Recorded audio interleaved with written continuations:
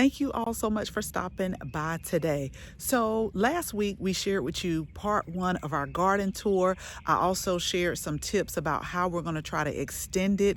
And so I'm going to make sure that I link that video. Now today I want to show you part two of the garden tour, which is some more raised beds, y'all. Things are just growing beautifully. And then we're almost done with the herb garden, but be sure you hit the subscribe button so that you could be notified when the part three of the garden tour, which will be showing you the herb garden, when that's ready. So let's go ahead and let's get started. So I want to start off right here because I think I might have showed y'all this, but I do want you to see the growth that it has since last week. Like, we got a little bit of rain, but everything is growing very beautifully. But what I really want to show you is how we have some broccoli that's coming. And now this is like a 55-day variety because we're in Georgia zone 8A. And although the calendar still may say spring, we seriously heat up really quick. And the thing is our last frost date is around April the 20th. I'm going to give it a couple of more weeks before I start putting out our heat loving plants, but I'm hoping that we can make it to those 55 days. And I always tell you that that's an estimate. It just depends, and it all depends on like the environmental conditions and the weather and everything like that. But I think we should be okay. We're going to be going over these raised beds right here. I still have some tools out, but everything is starting to grow. Make sure you stay to the end because we've had just a little bit of pest damage that I've been watching. I actually put a YouTube short up where I literally caught the slug in the act. But I'm so thankful that I was able to get these in-ground beds completed. I have to work on the pollinator garden in Berry Island, but I'll share that with you in another video. So let's start with this raised bed over here. Our winter savory is starting to get new growth. We had planted that last year from seed, and then although this straw mulch has the straw seeds popping up, I did direct sow, and they're starting to come up some beets. And so they're starting to pop up. I think I sowed these maybe like a week ago. But the thing when you start seeds and you direct sow is very important to make sure that they stay moist. So even though we haven't had a lot of rain, sometimes I will come out here and just mist over this area just to make sure that can kind of help them out with germination. And then these seeds, the viola seeds, we actually planted those from seed in the fall, and they're really starting to take a really beautiful shape. I definitely want to start more seeds if these don't self-sow, but I do want to start these. I love starting these. And then I know I took a chance with the cosmos, y'all, because it's a heat loving plant, but I was trying to get some plants out of the seed starting room. I looked at the weather, like the lows are going to be in the 40s and the 50s. So I just moved these cosmos out because they needed to get out of the cell tray. I do need to come in here and just clip some of the spent blooms, but these are really pretty. They're really a container variety. They're not going to get really tall, so I just popped them here. And then what I also did was I trimmed up the snapdragons, and they're starting to get blooms because these were fall planted. So they grew, but they grew very, very slow. And so now that we're getting a little warmer, they're really starting to pick up on their growth habit. And then in the front, we have red and green cabbage. But if you can see right here, we also have someone that wants to munch. So I've been keeping a close eye.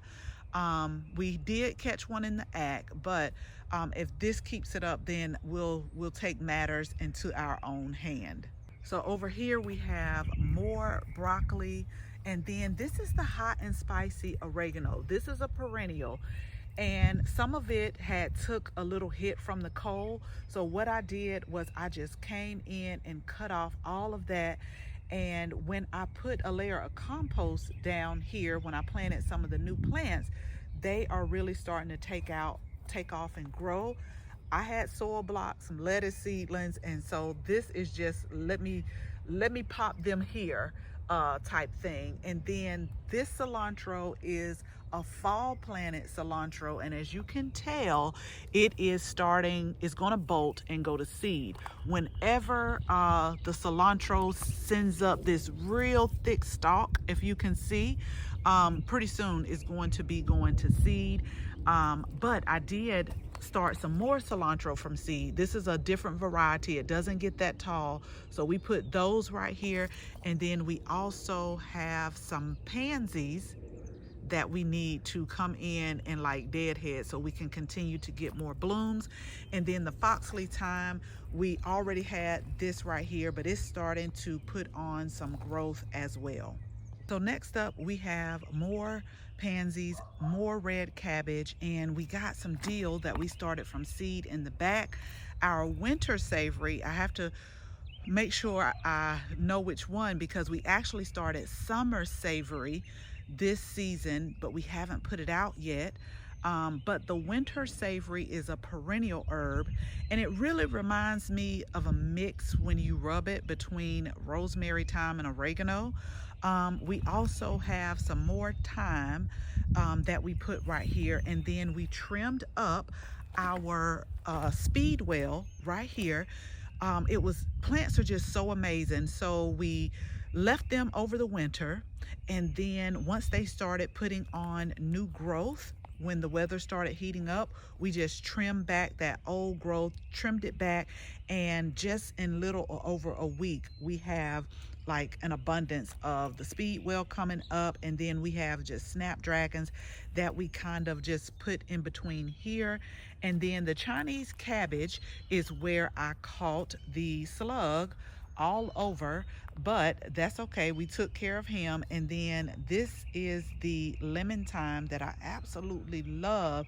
And I just love how it drapes over the raised beds like this, but it has really grown, and I have clipped this plant so many times, but it continues to grow back, which I love. I did pop some celery that I started from seed. We'll see if it makes it or not, so y'all hit the subscribe button. Sometimes I plant a little bit more and then I just start popping stuff in. It all works out. And this is a pansy that I actually bought from one of the garden centers, but I really love the color of this, and they overwinter really well, even down to, I think we got down to like 10 degrees, and they really did well. So this particular bed right here, these antique shades pansies, we started those from seed. They were really slow to grow. We started them in the fall, but it seems like the pests wanted to start bothering them. When it got colder, they just kind of left them alone, and then they just came back in the spring. And I really like this color. We actually soil blocked these because you didn't get a lot of seeds in the package, and since they were so small, for me to have more control, I really like the soil block. We also started some spinach from seed that is starting to take growth. Make sure you all stay to the end. I'm going to share with you what I use for a lot of my leafy greens in the garden when it's time to feed them. This salvia we bought on clearance, it's starting to come back nicely. And then this is more hot and spicy oregano that I actually moved here because it was in another place in the garden and it was starting to get covered. It wasn't receiving a lot of light, so I pulled that up and then we put it right here, and so it's starting to take on the new growth real nice. And then we just have more snapdragons, more salvias, more collards here that we have in the middle. more time and more winter savory right here. But now what I have to do is come, and I like for these to get a certain size because it makes it easier to pull them from the root. I'm gonna let them get a little bit more bigger. Then we gotta come and we gotta clean this bed out. Probably around like this size right here. Once it gets this size, it's easier to pull it up by the roots. You see that? Versus sometimes you can just pull not pull enough and it's still there and it'll grow back. So that's what we're gonna do for this bed, probably in about another week and a half.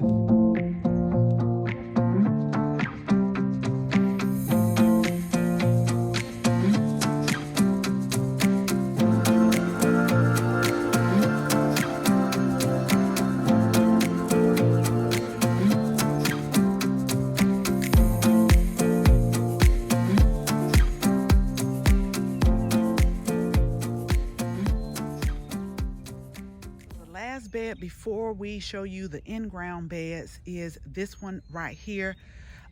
We had extra Chinese cabbage that was left over, so we put that here. Now I had a huge Italian oregano plant, and I'm going to tell you the difference in just a second, that I've noticed when growing the Italian and the Greek oregano. Now this is more like a lime green. It's still a oregano right here, but it forms more like a ball.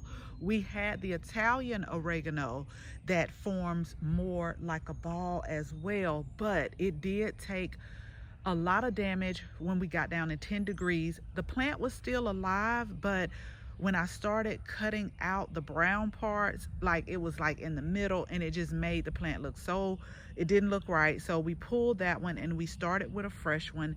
And then these are just some things that I started from seed that I had left over, like the kale yurts that we talked about. And then we have some, this is another type of speedwell. It gets pink, that we put here for the pollinators. You'll notice that all of our garden has flowers, vegetables, and herbs just kind of intermixed with each other. We also started some, I think I had some other type of leafy green. I gotta do better with labeling. About a week ago, we cut this sage back and it is growing back so pretty. Do y'all see? Like, I did a big chop on it. We dried a lot of sage, took it in the house. But this is what I love about the plants. Like, the herbs like for you to do it. Don't be scared. Like, cut it back, make it bushier. But right here is the Greek oregano. This has more of a trailing habit, and I've been coming in here little by little just picking out the brown parts, but it's starting to grow back really nice. We had some snapdragons. These are the smaller ones left over. These don't get tall like the other ones, so we put them right here with some thyme. So as you can see, it's about time for me to come in and thin out these heuchera turnips that we direct sowed. And so this is one of the things that, you know, you got a favorite to do in the garden and you don't. And one of these I don't like to do. Like, I don't like to thin out, but they don't have the seed tape for this, which I'm probably sure I can easily make my own seed tape. But we got to come and we have to thin out the heuchera turnips to about maybe 3 to 6 inches apart. So we'll get that done. But this bed looks a little bit bare. I popped some more celery in here as well, but we'll see how everything takes growth. Now, I also put up a short about growing garlic. In the fall, just made this up. I took the shovel, I got up all the grass, I put compost in here, I put lime, because our soil test said our in-ground soil really needed a lot of lime. But when it started to heat up, I added some bone meal and put more compost on here and just put a fresh layer of straw mulch on here. And then I had these plants that I bought, so why not? I don't have a herb here, but these gems, it must really love this area because it has put on so much growth in very little time. Now I'm probably going to go ahead and change these out with some fresher pansies that we got, just to take us until it starts to heat up. But I came out, y'all, on the weekend, and I just say, you gotta do it. So this was a little bit more difficult, but this is what I've learned. Like, I seriously need to get out here at least once a week, put my timer on, keep this edged, because these two beds, to be honest, took the longest to clear out because it's just so much grass and other things that had just grown in here. But we got it done. I cut down the phlox, all of the brown that was there, cut that down. These are the, I want to say these are the Shaberti alliums that we have, and you see that they will start to pop up. I love these. They look like little fireworks. We have the proven winners, I think it's called cat pajamas, cat mint in here, or nepeta. So I added another one. It must likes it because it's already putting on blooms. I spaced it a little bit far apart because it says it gets about, do it maybe like 24 inches, but we have snapdragons in the back, which is a cool weather flower for us. Depending on, because I have 3 more left, depending on how things go, we may put the other 3 in this area, or I may come back with a taller plant.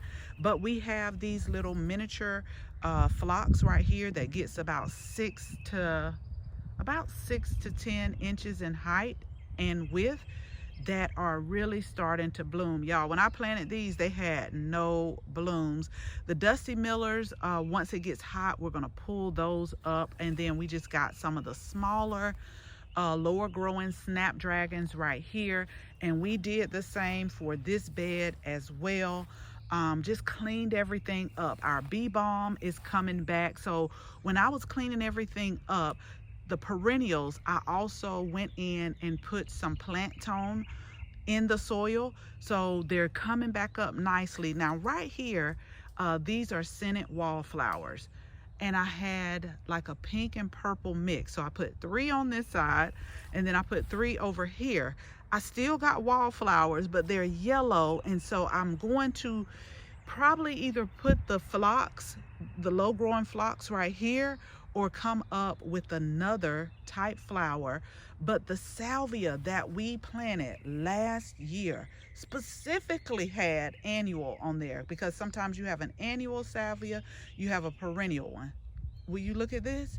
And I love these salvias. They were so pretty. So I am happy to see those coming back up. We have lavender that's starting to leaf out again. I forgot what type of lavender this is. This has more of a silvery, it looks more silver than anything. And then the phlox, we did the same thing.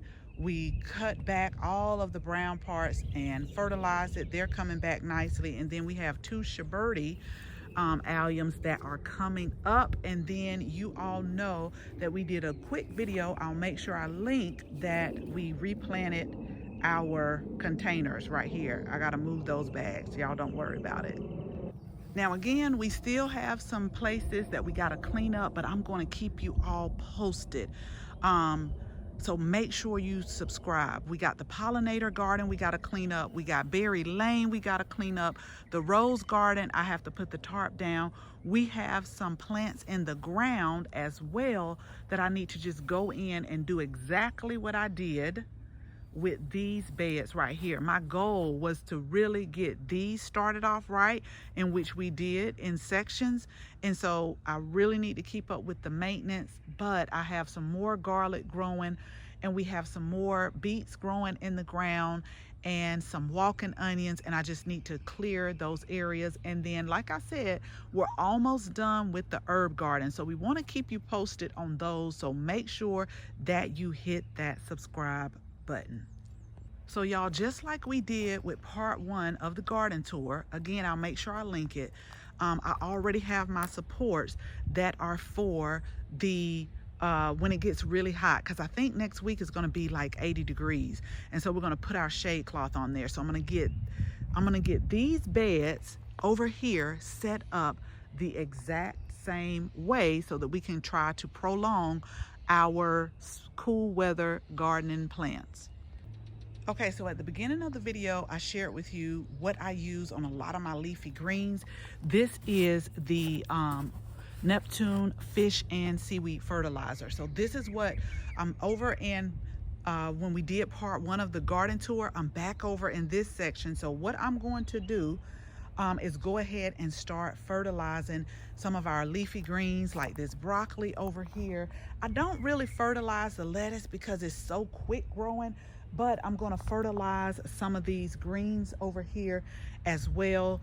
And then we're just going to keep the shade cloth on and watch the weather, because I have been harvesting from a lot of different lettuce patches that we have growing in the garden. So as always, thank you all so much for watching this video. Make sure you share this video with your family and your friends. And if you're not a subscriber, go ahead, tap the subscribe button. Make sure you tap the bell so that you can receive notification each and every time we upload a new video. Again, thank you all so much for watching. And until the next video, bye-bye.